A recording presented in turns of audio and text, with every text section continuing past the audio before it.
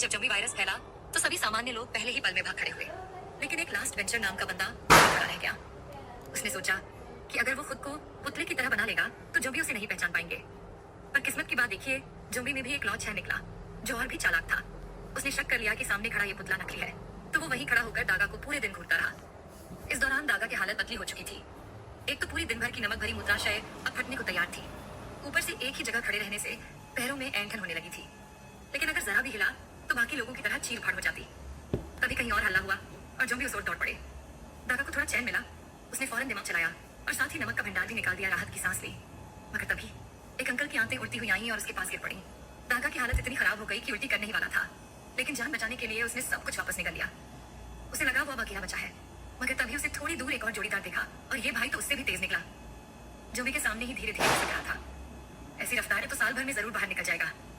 पर तभी ज़ॉम्बियों में मांस बांटने को लेकर झगड़ा हो गया। किसी का कटा हुआ सिर उड़कर उस जोड़ीदार के ठेले में जा गिरा। उसने एक नजर देखा और सीधा उल्टी कर दी। इसी के साथ उसका कवच टूट गया।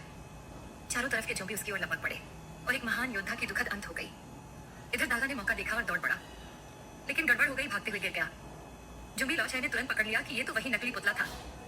फिर क्या, सैकड़ों ज़ॉम्बी उसके पीछे पड़ गए। दागा जान बचाने के लिए दौड़ा, लेकिन पैर सुन्न थे, इसलिए भागने में मुश्किल हो रही थी। फिर भी किस्मत साथ थी, ज़ॉम्बी उससे भी धीरे भागते थे। वो थोड़ा तेज हुआ और एक खंभे के पीछे छिप गया। ज़ॉम्बी उसे खो गए।